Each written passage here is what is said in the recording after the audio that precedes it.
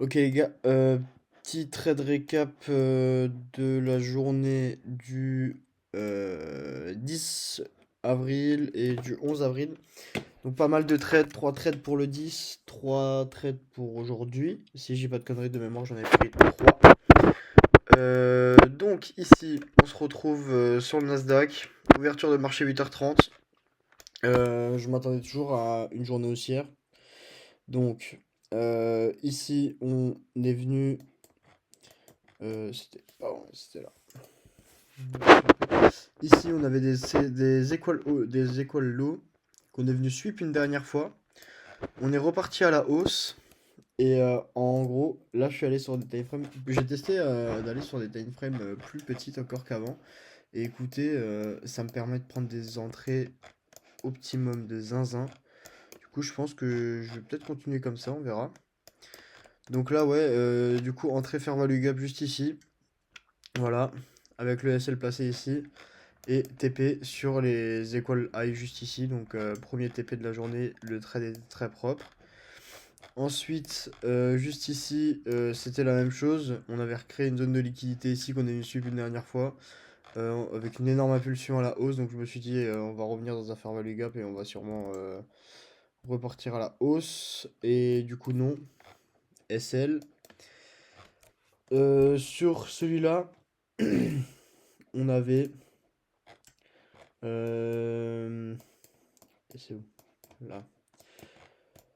On avait toute une zone de liquidité juste ici. Et en fait, on peut voir qu'ici, on a une genre de zone entre guillemets d'order block, mais c'est une des premières zones de range. Et on a un fair value gap juste ici. On avait recréé des equal high, des equal low à peu près égaux ici. On est venu sweep réagir dans le fair value gap ici à la hausse. Donc après, on pouvait prendre le retracement 50% et regarder du coup où ça va. Moi, je t'avais juste pris le plus haut ici. J'avais pas fait. Je voulais euh, finir ma journée en bien, avec pas trop de risques et que ça se finisse bien, quoi. Donc, ça m'a fait un petit trade en plus. Donc, j'avais un PNL, je sais plus. Je l'avais mis en story Insta de mémoire, je sais plus du tout. Donc, les trois premiers trades, vous voyez, la logique, elle est assez simple. Mais pour autant, c'est juste une lecture du price action que je fais littéralement tout le temps. Donc, l'ouverture 8h30. Euh, je m'attendais quand même à ce qu'on aille baissier jusqu'à cette zone-là.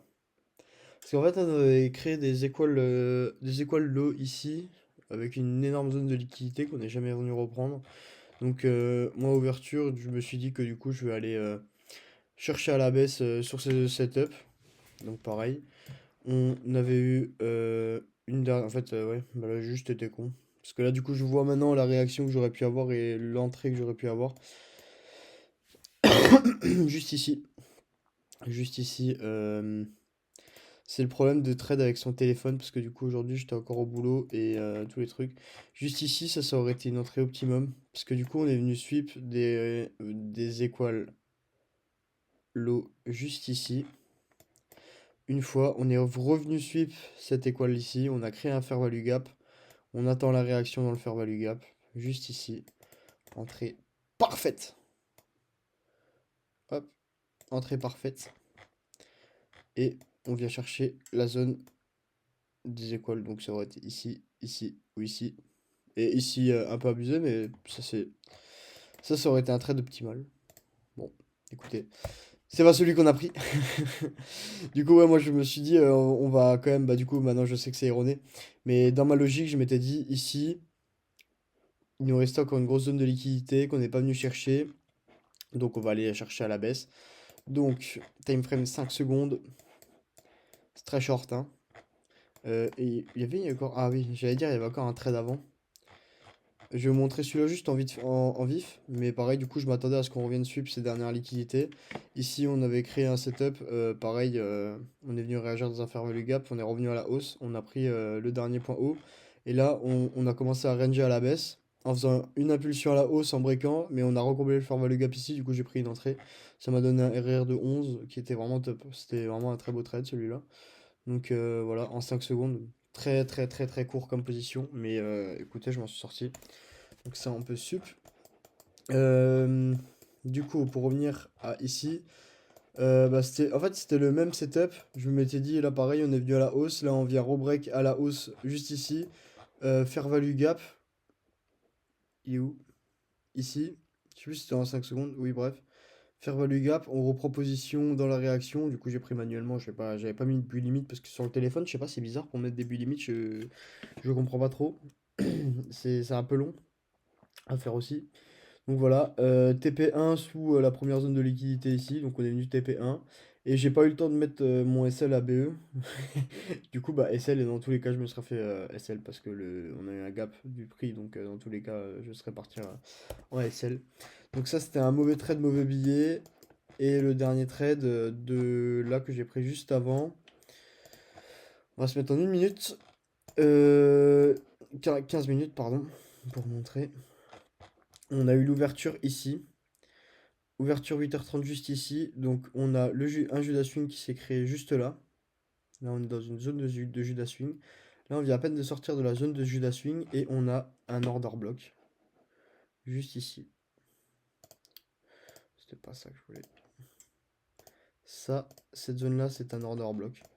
Donc quand on est venu le retoucher, en plus qu'on avait 3 equal high juste ici, c'est pour moi littéralement impossible qu'on réagisse pas dans cet order block et qu'on vienne pas au chercher minimum ses équales. Donc bah ça a été mon trade que j'ai pris. Donc voilà, je me suis pris sur l'impulsion juste ici. Là j'ai vu qu'on avait retouché. Je suis arrivé un peu plus tard. Je me suis pris sur l'impulsion ici. Jusqu'à l'école là. J'aurais même dû monter peut-être mon TP, j'ai pas fait gaffe. Bon voilà. Et bah, pour ce trade c'est tout. Il n'y a pas grand chose de dire, pas grand chose à dire de plus. C'était une réaction toute simple sur un order block. Session de l'après-midi à 13h30 ouvert juste ici. Voilà, on vient break une dernière fois à la baisse. Hop, on vient réagir dans l'order block. On range, on commence à avoir une réaction à la hausse. Prise de position. Et jusqu'à l'école, voilà, juste ici. Et là, bah, du coup, j'ai bloqué mon compte. Combine pour pas que je trade avec émotion et que je cherche à avoir des setups, mais ça aurait pu être un trade qu'on aurait pu prendre juste ici. Parce que du coup là on a une énorme zone de liquidité. On est venu la suivre juste ici, là on a fait un équal. On est venu la suivre juste ici, mais on n'a pas créé de fair value gap, du coup on prend pas de position ici. Là on vient sweep, juste ici, on continue à la baisse, là ici on a créé un fair value gap. Donc ce fair value gap pour moi, c'est une zone importante. Hop. On vient réagir dedans, sachant qu'on est haussier, faut pas l'oublier. On prend le retracement 50%. J'aime pas le bois de gants, je sais pas pourquoi il est bizarre. Faut que je le paramètre. La dernière liquidité ou le dernier fair value gap sur la zone des 50, juste ici. Du coup, ici, le trade qu'on aurait pu prendre, ça aurait été short position, juste ici. Ça aurait fait un peu un RR de merde, je pense. Sur le dernier ici, oh ça va. Ici, et ça aurait été un trade parfait pareil. Un dernier trade qu'on aurait pu prendre de la journée. Que j'ai hésité à prendre, mais j'ai préféré lock mon compte avant de trade par émotion et de surtrader. Donc aujourd'hui, j'ai déjà fait mes profits, je suis content. Le compte Combine, il avance. Bientôt, j'espère, on passe au Live Express, je crois ils l'appellent comme ça. En gros, c'est le compte financé, mais du coup, où je peux prendre des payouts, mais 50%, je crois que c'est 50% des bénéfices que je fais, je pourrais prendre des payouts. Bon, bref, pour l'instant, on n'y est pas encore, on se concentre sur le Combine et on verra ce que ça donne. Donc voilà, courte vidéo pour vous expliquer après les têtes que j'ai pris sur les 2 jours. Hier, j'ai pas eu le temps de la faire, je m'excuse pour ça. Et puis comme ça, voilà, vous avez les trades récap sur le compte Combine, vous savez ce que j'ai fait, les SL que j'ai pris, les take profit que j'ai pris. Donc voilà les gars, on est sur le dashboard top step. Donc là, vous le voyez. Mon maximum drawdown, je crois, enfin vous voyez un peu tout, il y a toutes les stats, voilà, si ça vous intéresse, de toute façon, je suis totalement transparent. Là j'ai eu mes trades, mon premier jour ici avec le trade avec le Nasdaq et pas le E-mini, ou je sais plus, un truc comme ça, je pourrais plus vous dire, mais ça fait un peu de la merde. C'est peut-être lui, je sais plus. Bref, ça je comprends pas ce que c'est. Je vous avoue, j'en ai aucune idée de ce que c'est. Average losing trade. Win rate par trade, je suis à 32%. Voilà. Ça me paraît bizarre comme win rate, mais pourquoi pas. Win rate daily. 66. Je sais pas comment c'est calculé. C'est peut-être. Bah après, les premiers jours, j'ai fait énormément de merde et j'ai pris beaucoup de stop loss parce que je tradais par émotion. Donc voilà. Mais sinon, dans l'ensemble, on est en pente montante pour l'instant. Je sais pas si ça a pris en compte la journée 10 du 4. Ah si, ça l'a pris. Du coup, voilà, là on. Oula non. 9 du 4, 10 du 4.